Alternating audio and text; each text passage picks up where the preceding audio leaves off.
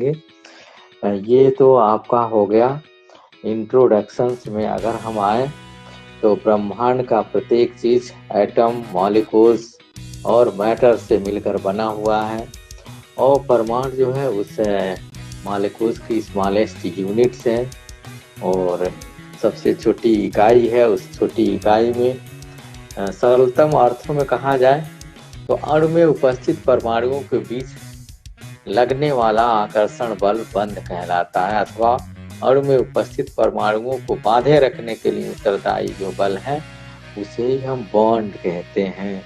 और उसी पर आधारित हम लोग आगे बढ़ रहे हैं। अब देखिए, और ये लिखना हम चाह रहे हैं क्या होना है, और इसके कलर्स पे चलते हैं। अणु में उपस्थित, हिंदी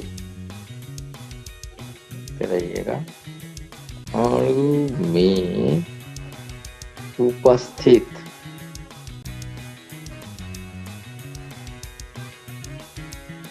लिखने में समय लग रहा है, लेकिन जब इसका रिवीजन करेंगे तो आसान हो जाएगा, झट से हो जाएगा। डेली क्लास हम लोगों का चल ही रहा है। अणु में उपस्थित परमाणुओं के बीच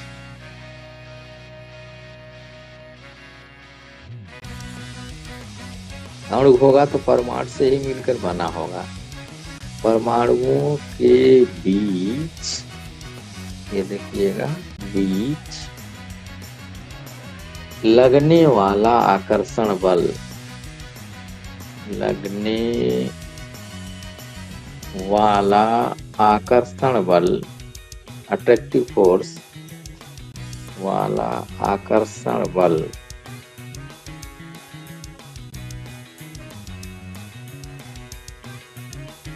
जो होगा, आकर्षण बल को बंध कहते हैं। यहाँ बल बंध कहलाता है, बल को बंध कहते हैं, बंध। देखिए यहाँ पर बंध कहते हैं, जिसके विषय में हम लोग बात करेंगे। छोटा सा हिस्सा आ गया। The attractive force acting between the atoms is called bonds, बंध है। और ये बंध को हम हाइलाइटर भी ला दें ताकि आपको आसानी से ये हो जाए, क्लियर हो जाए मामला। That is this called bonds, ये बंध है, इस पे हम लोग बात करना चल रहे हैं। चलिए आते हैं इस पर। इसके लिए हमें क्या उत्तरदायी है, किसके कैसे होता है, ये सब सारी चीजें कहाँ से आ जाती हैं, कैसे डेवलप हो जाती हैं, तो हमें वैलेंसी जानना होगा। हर एटम की कंबाइंड कैपेसिटी होती है, तो उसी को ही हम वैलेंसी या संयोजकता कहते हैं, valency.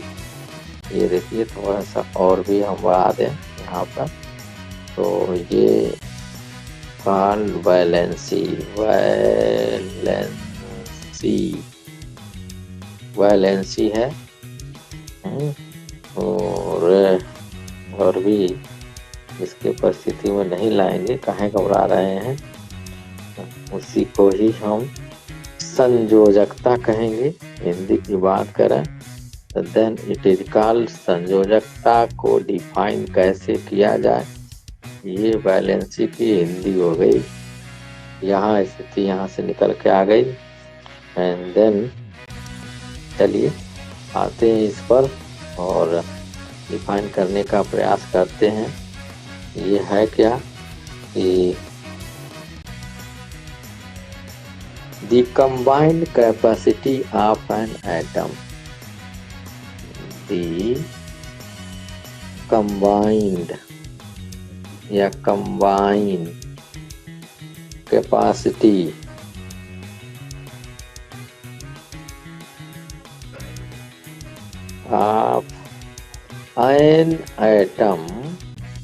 of an atom is called, Hindi की जरूरत नहीं है आपको जानने के लिए, called valency, is called valency, ये याद रखे रहिए, वैलेंसी होगा। किसी परमाणु की जो क्षमता है, the combined capacity of an atom, वो इसी को ही हम वैलेंसी कहते हैं। और ये वैलेंसी वैलेंसिया शब्द से हुई है। इसका अर्थ होता है पावर या कैपेसिटी। फ्रैंकलिन ने इस वैलेंसी शब्द का प्रयोग किया था। It was observed by the Franklin. ये एक रिएक्शंस हम आपको आगे ऑर्गेनिक में बात करेंगे, तो ये बताएंगे कि फ्रैंकलिन क्या होगा। इट वाज, जो पहले ऑब्जर्व किया, ऑब्जर्व्ड बाय फ्रैंकलिन। ये फ्रैंकलिन साइंटिस्ट का नाम है, बहुत काम किया इसने, ये ध्यान में रखे रहिएंगे। फ्रैंकलिन, उन्होंने ही इसको आगे बढ़ाया था। फ्रैंकलिन ने तत्वों की संयोजकता प्रदर्शित करने के लिए हाइड्रोजन को माना, हमको जरूरत नहीं है ये सब आगे तक। और वैलेंसी जब डिफाइन हो जाती है तो कि किसी अणु में परमाणु जितने रासायनिक बंध बनाता है वह उसकी संयोजकता कहलाती है। ऑन दी अदर हैंड, ये देखिए, और भी इसको ले आते हैं दूसरे शब्द में, on the other hand, on the other hand, other hand, दूसरे शब्दों में इसको कहा कैसे जाए। The number of bonds formed by an atom in a molecule, the number of bonds, यहाँ देखिए लिख रहे हैं, the number of bonds, bonds formed, ये formed by an atom इन कहाँ होगा, इन मॉलिक्यूल, उस मॉलिक्यूल में, इज कॉल्ड, ये देखते रहिएगा दूसरे शब्दों में, इज कॉल्ड वैलेंसी। मेरी बात शायद समझ गए हो। वैलेंसी है क्या? वैलेंसी ये है कि एक परमाणु किसी दूसरे परमाणु के साथ कितना बॉन्ड बना रहा है, बॉन्ड बना रहा है, दैट इज कॉल्ड वैलेंसी। ये वैलेंसी आपकी कहलाती है। तो ये वैलेंसी डिफाइन भी हो गई दूसरे वर्ड में, किसी एक परमाणु का किसी दूसरे परमाणु के साथ संयोग करने की क्षमता को वैलेंसी कहते हैं, या कोई परमाणु अणु में कितना बंध बना रहा है वो उसकी वैलेंसी कहलाती है। वैलेंसी इज डिसाइडेड बाय, इससे हम वैलेंसी को डिसाइड करेंगे। ये देखिए, वैलेंसी इज डिसाइडेड बाय, या वैलेंसी इसके द्वारा डिसाइड करेंगे, डिसाइडेड बाय, इसके द्वारा number of valence electron present in, number of valence, valence electron अब क्या कहलाएंगे, वैलेंस इलेक्ट्रॉन प्रेजेंट, इसमें होगा present in a atom, in a atom, उस एटम के संयोजी कोश में कितना इलेक्ट्रॉन होगा वही उसकी वैलेंसी होगी। इन valence shell of valency decided by number of valence electron present in atom। तो वैलेंस सेल किसके हैं, वैलेंस इलेक्ट्रॉन किसे कहेंगे या वैलेंस सेल किसे कहेंगे। वैलेंस सेल जो होगा वो आउटर मोस्ट ऑर्बिट कहलाता है, एकदम सबसे बाहरी कोश वाला जो होगा उसी को ही हम वैलेंस सेल कहते हैं। और वैलेंस सेल में यानी सबसे बाह्यतम कोश में उपस्थित जो इलेक्ट्रॉन होगा वही उसकी वैलेंसी डिसाइड की जाती है उसी से। और देखिए हम डिसाइड कैसे कर रहे हैं यहाँ पर। तो पहले तो इन लोगों को हटाने दें। हाँ चलिए, कैसे होगा अब देखिए यहाँ इसको डिसीजन बैलेंस सेल में हम निकालें। फॉर एग्जाम्पल जी देखते रहिए, सोडियम है, अगर 11 है तो ये बनाइए 2, 8 और 1। तो जो 2, 8 और 1 बना दिया आपने ये बाहरी कोश में, ये आपका बैलेंस सेल कहलाएगा। कार्बन है, सपोज दैट कि हमने कार्बन लिया, ओके, हमने कार्बन ले लिया, कार्बन 6। ये कार्बन 6 का अगर बनाते तो 2 और 4 होगा। ये 2 और 4 जो बना दिया तो ये आउटर ऑर्बिट में ये उपस्थित हो गया। देन इट इज कॉल्ड, आप देखते रहिएगा यहाँ पर हमने इसका उपयोग किया है, कैसे ला रहे हैं। दैट इज बोथ, ये और यह both is indicate valence shell. ये बैलेंस सेल है, यही बैलेंस सेल में ये बैलेंस सेल, और इसी को हमें उपस्थित जो इलेक्ट्रॉन होगा उसी को हम बैलेंस इलेक्ट्रॉन भी कहेंगे। That is called balance electron होगा। सोडियम के केस में 1 इलेक्ट्रॉन है और कार्बन के केस में 4 इलेक्ट्रॉन है। इसको ये जो हम डॉट से अगर बना दें तो लेविस या कोशल डॉट स्ट्रक्चर भी कहलाता है। फॉर एग्जाम्पल्स अगर हम इसको बना दें डॉट से, तो सोडियम, ये देखिए ये हमारा हो गया, यहाँ ये हो गया, ये हो गया और ये हो गया। इसको बैलेंस सेल की बात करें, सोडियम में 1 होता। तो इस तरह से आप बना सकते हैं डॉट स्ट्रक्चर के द्वारा। फॉर एग्जाम्पल और किसी को भी बनाना हो, सपोज दैट ऑक्सीजन को, एक और बना दीजिए, ज़्यादा इंटरेस्टिंग बना दिया जाए। ऑक्सीजन अगर है, ये देखते रहिएगा ऑक्सीजन, तो इसमें बैलेंस सेल जो बनना है 2 और 6, 2 and 6। तो 6 इलेक्ट्रॉन्स आपको यहाँ रिप्रेजेंट कर दीजिए। कैसे रिप्रेजेंट कर दें हम, यहाँ ला करके, ये देखिए ये, सॉरी सर, इसमें हमने कहा था लाल लेके आओ। तो ये जो आपका यहाँ बना, ये बैलेंस सेल हो गया। और 6 इलेक्ट्रॉन को आप कहीं रिप्रेजेंट ऐसे कर दीजिए जनाब। तो ये डॉट स्ट्रक्चर होगा। इस डॉट स्ट्रक्चर को हम लेविस डॉट स्ट्रक्चर कहते हैं। ये सारी चीजें बैलेंस सेल को ही रिप्रेजेंट करती हैं। अगर बात करें यहाँ तो ये 8 होगा। तो that is this valence shell. Valence shell में इलेक्ट्रॉन को हम डॉट से, क्रॉस से, शून्य से, प्लस सिंबॉलिक होगा। अब देखिए रीजन, कंडीशन, ये क्या कारण है कि सभी एटम एक दूसरे के साथ कंबाइन करते हैं। देखिए रीजन आ रहा है, reason of chemical bonding, reason, no sorry sir, हम लिखते हैं इसी से ही, और मिटा देते हैं reason.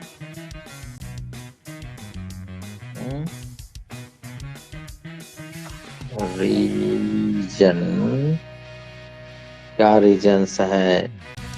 Regions of chemical bonding, of chemical bonding, chemical bonding. रासायनिक बंध बनने के लिए शर्त क्या होगी? ये है इसमें से इसके विषय में हम बात करना चाह रहे हैं। तो देखिए यहाँ हिंदी में रासायनिक बंध बनने के कारण, रासायनिक, हिंदी की बात हो रही है, अंग्रेजी रहती तो कितना आसान रहता। रासायनिक बंध बनने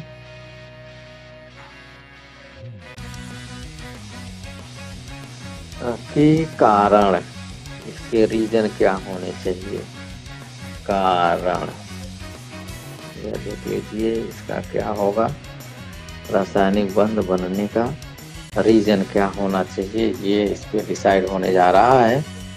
और यहाँ से हम लेके आ रहे हैं, परमाणु आपस में मिलकर बंध क्यों बनाते हैं, बंध बनने में परमाणु अस्थायित्व पर क्या प्रभाव पड़ता है, प्रत्येक यौगिक में परमाणुओं का अनुपात निश्चित होता है। इन सभी प्रश्नों का उत्तर आपको इस पे मिल जाएगा। पहला उसमें है कि each and every elements of the chemistry, यानी each and every atoms of the periodic table wants to bears Lewis what octet rules, follow octet rules, and wants to bears the structure of inert gas, inert gas की संरचना प्राप्त करना चाहते हैं। कि ऐसा ही क्यों, क्योंकि इनर्ट के ही क्यों चाहते हैं, क्योंकि इनर्ट एक ऐसा गैस है या ग्रुप है जिसके एक्सटर्नल ऑर्बिट में हीलियम को अगर छोड़ दिए जाए तो सब में 8 इलेक्ट्रॉन है, और 8 इलेक्ट्रॉन पाने के पश्चात वह आइटम अब पूरा कंप्लीट रूप से रेस्ट मनाता है, किसी से का साथ कोई रिएक्शन नहीं करता, और उसके कारण ही उसको आदर्श गैस, उत्कृष्ट गैस, आइडियल गैस कहते हैं। इसका मतलब जो काम नहीं करते हैं उसी को हम आदर्श गैस कहते हैं, या वो जो रिएक्टिव नहीं है वो आदर्श की बात होती है केमिस्ट्री में। इसलिए ईच एंड एवरी एलिमेंट्स, प्रत्येक तत्व ये चाहता है कि हम ऑक्टेट का पॉकेट पूरा कर दें। तो कारण यहाँ पर अगर हम ला दें, शर्तें क्या क्या है, पहला है उसमें से first one octet, Lewis octet rule.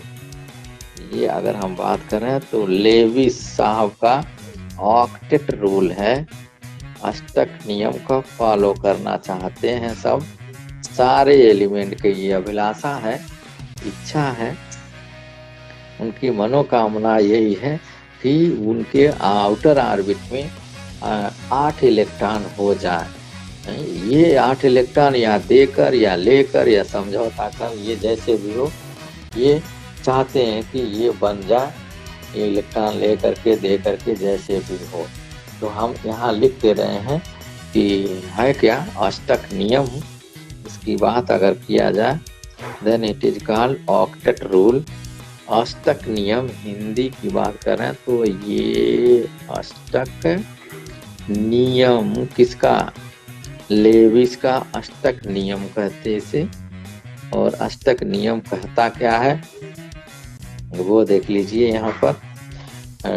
अष्टक नियम क्या कह रहा है, प्रत्येक तत्व या परमाणु, प्रत्येक, ईच एंड एवरी, प्रत्येक परमाणु, परमाणु समझ लीजिएगा, इसी को ही हम तत्व कहते हैं, या तत्व, दोनों आपको कंफ्यूजन दूर हो जाए, कि यह अभिलाषा है, यह अभिलाषा,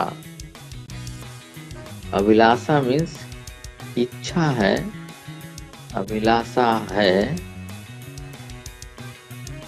अभिलाषा होती है कि, होती है कि उनके वाह्यतम कोश में, उनके वाह्यतम, देखते रहिएगा, वाह्यतम कोश में, वाह्यतम कोश में 8 इलेक्ट्रॉन हो जाए, 8 इलेक्ट्रॉन हो जाए। क्यों हो जाए? हो जाए क्योंकि, अब यहाँ से हम रीजन दूसरा डाल दे रहे हैं, क्योंकि, लिख लीजिएगा, क्योंकि आज के डेट में अगर हम बात करें, उसी की बात कर रहे हैं, क्योंकि 8 इलेक्ट्रॉन रखने वाले, 8 इलेक्ट्रॉन रखने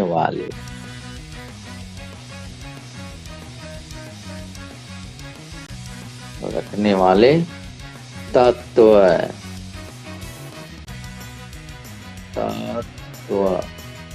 अक्रिय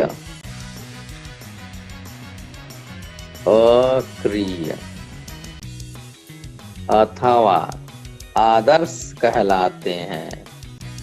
देखते रहिएगा, अथवा आदर्श कहलाते हैं। तो कौन नहीं चाहेगा कि हम आदर्श ले लें, हम आदर्श हो जाएं, अक्रिय हो जाएं, आदर्श कहलाते हैं।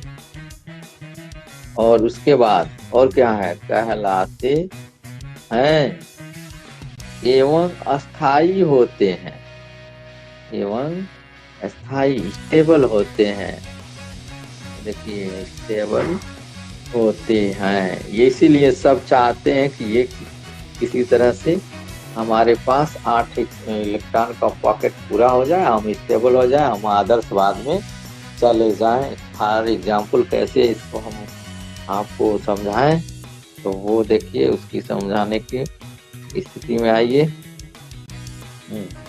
कि सोडियम है, सपोज दैट, यहाँ लिख दे रहे हैं, जी मीन्स एग्जाम्पल, अगर सोडियम है 11 होता तो इनके 8, 2, 8, 1 ये आपके सेल्स बने। और इस सेल में यदि 8 में से ये इलेक्ट्रॉन, कौन सा हम लिखने चल रहे हैं, वो इलेक्ट्रॉन यदि आउटर ऑर्बिट वाला ये इलेक्ट्रॉन ये किसी तरह से यहाँ से बाहर निकल जाए तो अष्टक इसके अंदर पूरा हो जाएगा। देखते रहिएगा, वो सॉरी इतने ले रहा है, यहाँ भर दिया, ये 8 इलेक्ट्रॉन आपका बन जाएगा। और ऐसे बनते ही ये 2-8 की कॉन्फ़िगरेशन ले लेगा। तो एक इलेक्ट्रॉन गिवन आउट निकाल दे, तो ये हम लिख दे रहे हैं यहाँ पर, क्या करे, गिवन आउट दे दे, गिवन आउट बाहर कर दे, निकाल दे, किसी को दे दे, तब क्या हो जाएगा, then it will count as 2-8। और ये जो 2-8 है, ये दैट इज होगा क्या, नियान की स्ट्रक्चर प्राप्त कर लेगा, नियान, आइडियल गैस, ये आइडियल गैस हो जाता है, दैट इज आइडियलिटी को बियर कर लेता है, आइडियल गैस है। ये देख लीजिए, अक्रिय गैस हो गया, आदर्श हो गया। इसलिए वो एक इलेक्ट्रॉन त्याग करता है, देना चाहता है, हटाना चाहता है। तो ये स्थिति आपकी यहाँ पर निकल करके आ जाती। और फिर कहीं दूसरे एलिमेंट्स की अगर हम बात कर दें, तो वो भी अगर हम बात करें कि एल्युमिनियम हो, मैग्नीशियम हो, या अन्य किसी का हम ले लें वो एलिमेंट्स, वो उसमें भी आ सकता है। पोटेशियम मान लीजिए, ले लिया मैंने, 19 नहीं, हम दूसरे एलिमेंट एल्युमिनियम लेना, सपोज दैट एल्युमिनियम 13 है, 13 भी बनाएंगे तो 2 होगा, 8 होगा, एंड देन 3। ये 3 इलेक्ट्रॉन्स अगर कहीं से ये बाहर चला जाए, निकल जाए, देन इट विल बियर्स, ये जो है एक ऑक्टेट रूल को प्राप्त कर लेगा। और ऑक्टेट रूल मतलब आज तक इसके बाहरी एक्सटर्नल ऑर्बिट में आ जाएंगे, और ये मोर स्टेबल हो जाएगा, आइडियल गैस होगा। ये निकाल दे तो क्या बनेगा उस केस में? उस केस में तब हमारे पास अल्युमिनियम 3+ हो जाएगा। Then it will be 2 and 8, that is structure of किसका हो जाएगा? ये इक्वल टू नियान का हो जाएगा। फिर आइडियल गैस आ गया। यहाँ ये किसका हो गया? Na+ हो गया। 11 तो रहेगा ही, 13 तो रहेगा ही, और नियान गैस की स्ट्रक्चर को उसने ले लिया, प्राप्त कर लिया दोनों के केस में। आगे देख लीजिए आप किसको लाद गया ले लिया जाए। तो यहाँ पर ये देख लीजिए, ये नियान का गैस ले लिया, स्ट्रक्चर ले लिया, फिर यहाँ नियान आ गया आपका, तो आइडियल गैस को ले लेता है, स्ट्रक्चर BS कर लेता है 8 इलेक्ट्रॉन गिवन आउट करके। अब देखिए दूसरी कंडीशंस में हम लोग क्या आते हैं, फर्स्ट सेकंड क्या कह रहा है हमारा? सेकंड जो केस है वो है, यहाँ लिखते हैं second number, that is this. Second का केस क्या है? लोवेस्ट एनर्जी क्या होता है? Tendency to for lower potential energy, tendency उनकी ये स्थिति होती है। टेंडेंसी प्रवृत्ति जिसको कहते हैं, टेंडेंसी टू वियर्स, पहनने की, वियर्स लोवेस्ट एनर्जी, ये अपने एनर्जी को मिनिमाइज करें।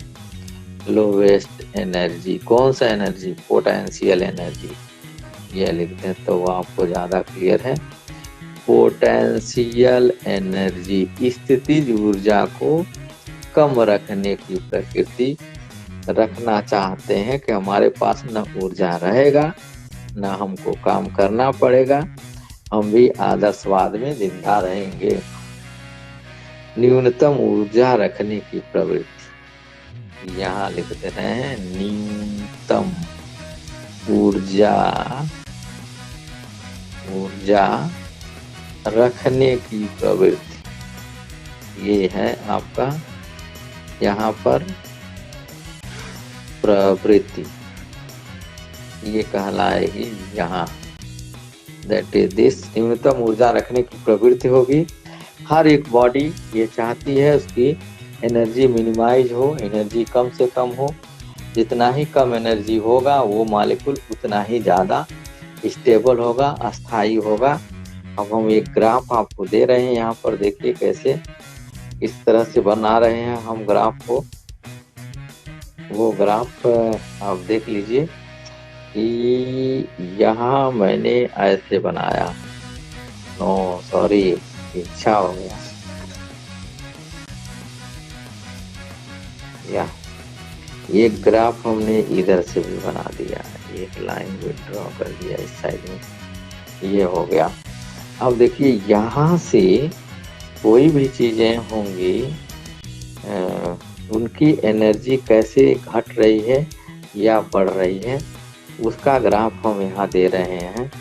और ये देखें ये इधर से चलता हुआ और ये ऐसे बन जाता है। यहीं पर ये ग्राफ और बनेगा जो हम किसी दूसरे कलर से बना दें, then it is such type आपका ग्राफ यहाँ बनेगा, इस तरह से बनता। इधर क्या है, इंटर न्यूक्लियर डिस्टेंस है, यहाँ अगर हम लिख दें then it is called internuclear distance. वैसे इसको और इतना ला दें तो आसान होगा और लिखना। इधर है inter nuclear distance, inter nuclear distance, ये देख लीजिएगा, ये इस रीजन में इधर लिख रहे हैं। इस साइड में हम क्या लिख दें, पोटेंशियल एनर्जी जो अभी मैंने देखा दिया आपको, पोटेंशियल एनर्जी है ये। सही नहीं हुआ, आगे लिख दें भाई। पोटेंशियल स्थितिज ऊर्जा है, पोटेंशियल एनर्जी। ये देख लीजिए, एनर्जी नहीं आ रहा है तो यहाँ तक जाने दीजिए। नहीं साहब, नहीं ठीक लग रहा है, नहीं ठीक लग रहा ना। ओ चलिए, ये कहाँ से आ गया?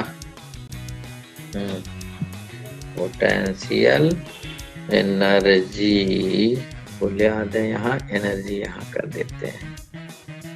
एनर्जी ये इस डायरेक्शन में है, पीई बोलते हैं पोटेंशियल एनर्जी को। और क्या, ये भी नहीं ठीक लगा तो हटा दीजिए और यहाँ छोटे में लिख दीजिए पोटेंशियल एनर्जी। ये इस डायरेक्शन में आपका बनकर तैयार है। यहाँ अट्रैक्शन का स्थिति आती है। इस रीजन में ग्राफ को बड़ा विजुअली सही ढंग से देखने का प्रयास करें। ये रिपल्सन को रिप्रेजेंट करता है। रिपल्सन मीन्स प्रतिकर्षण होगा, ये रिपल्सन है। ये नीचे वाला जो ग्राफ है ये अट्रैक्शन है, ये अट्रैक्शन आकर्षण को है।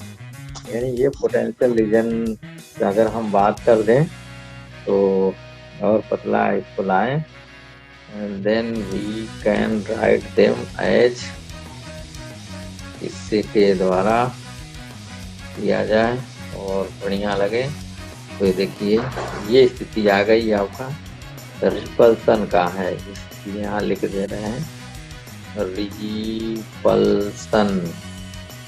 यहाँ रिपल्सन को रिप्रेजेंट करेगा, ये आपका अट्रैक्शन।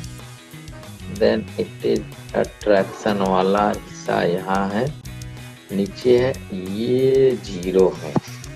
यहाँ से हम ले रहे हैं, इसको उठा ले रहे हैं। देन ये लिखे आ जाए, दैट इज दिस। यह 0 हमारा पॉइंट है, यह 0। यहाँ से ऊपर प्रतिकर्षण होता है, नीचे आकर्षण होता है, इंटरन्यूक्लियर डिस्टेंस है, ये R है। और यहाँ से ये जो होगी बॉन्ड लेंथ, ये रिप्रेजेंट करेगा, दैट इज बॉन्ड लेंथ। तो बॉन्ड लेंथ भी यहाँ आपके सामने निकल के आ गई। इस तरह से यहाँ आगे एक ग्राफ बड़ा नीट एंड क्लीन बना और इसको और समझाने का प्रयास करते हैं हम लोग। देखिए क्या हो रहा है कि 2 एटम हैं, कहीं पर हम बनाए अगर बड़ा सा एरिया, इसी पर ही बनाते हैं तभी सही होगा। ये देखिए हमने बना दिया या, और दूसरे रंग का बना दिया यहीं पर। यहाँ पर देखिए ये बना, ये एटम यहाँ है, एक न्यूक्लियस इसके अंदर घुसा हुआ है, यह देखिए यहाँ पर है। और यहाँ की बात कर दें तो एक न्यूक्लियस यहाँ पर है, और इस न्यूक्लियस में कौन सा और क्या चीजें आ जानी चाहिए। ये देखिए ये जो हो रहा है ये भी आपके लिए ये पॉजिटिवली चार्ज है, दैट इज पॉजिटिवली चार्ज।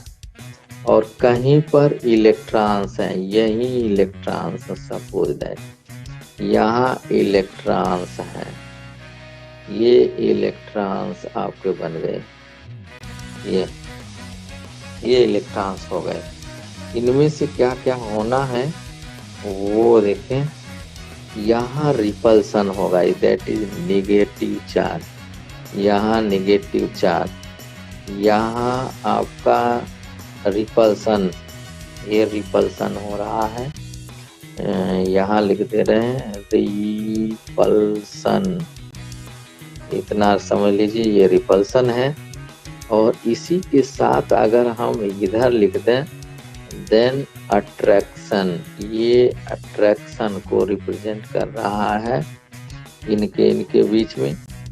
उसी तरह से यहाँ पुनः अगेन रिपल्सन, ये रिपल्सन है, देखिए कहाँ कहाँ इसके और इनके बीच में रिपल्सन है। चार्जेज जो बनाए गए हैं ये चार्जेज लाए गए, ये इलेक्ट्रॉनिक चार्जेज में अगेंस्ट। यहाँ पर देखिए अगर बात करें इस इलेक्ट्रॉन से और ये न्यूक्लियस का, तो ये आपका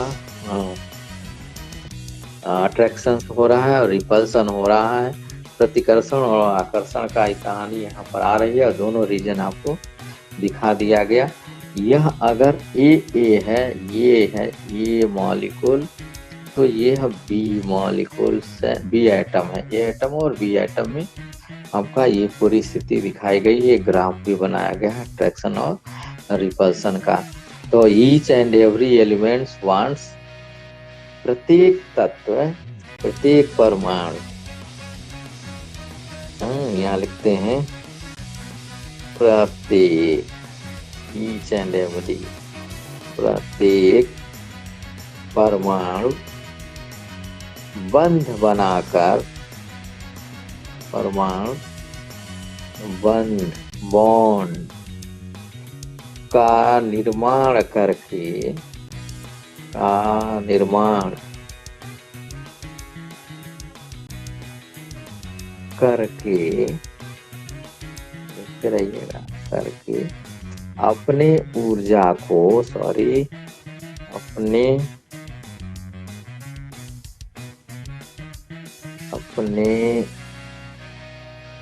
ऊर्जा को निम्नतम, मतलब मिनिमम, न्यूनतम बनाए रखना चाहता है, बनाए रखना चाहता है। देख लीजिएगा, इसलिए चाहता है,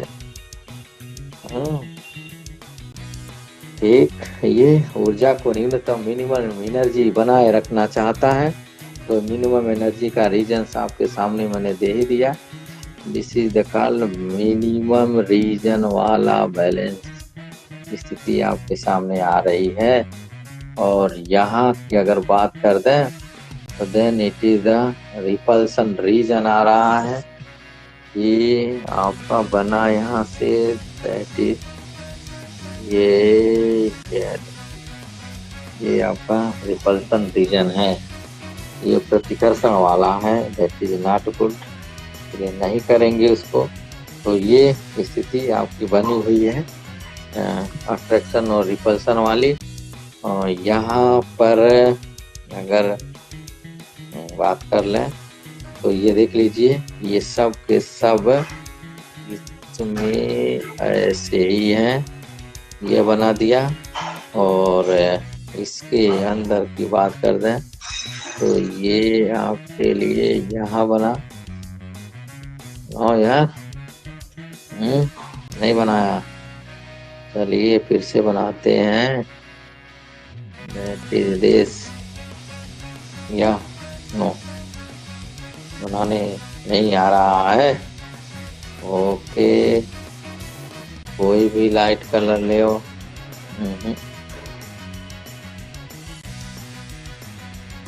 ये देखिए, ये स्थिति आपकी बन के आ गई यहाँ पर। नो सॉरी, इस तरह के दो आइटम्स आपके बने हुए हैं, लेकिन स्ट्रक्चर तो बहुत सही नहीं बना।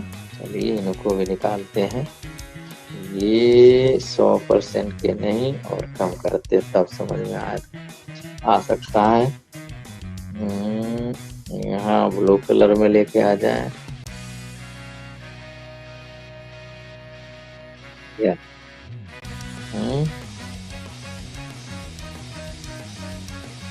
ये आपके यहाँ बने, या दोनों एलिमेंट आप समझ सकते हैं किस तरह से ये बना रहे हैं, बॉन्ड फॉर्मेशन कर दे रहे हैं। तो ये बॉन्ड फॉर्म